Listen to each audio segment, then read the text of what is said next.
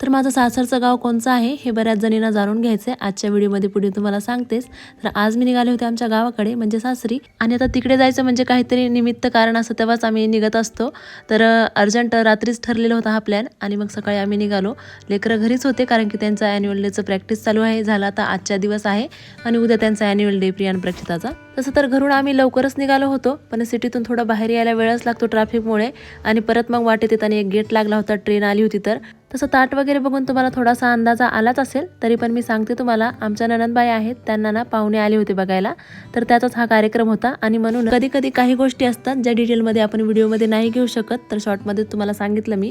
तर त्याच्यानंतर मग ह्या माझ्या जाऊबाई आहेत गावाकडच्या, त्यांनी आमचं जेवण वगैरे आवरून झाल्याच्यानंतर डब्बा भरून दिला.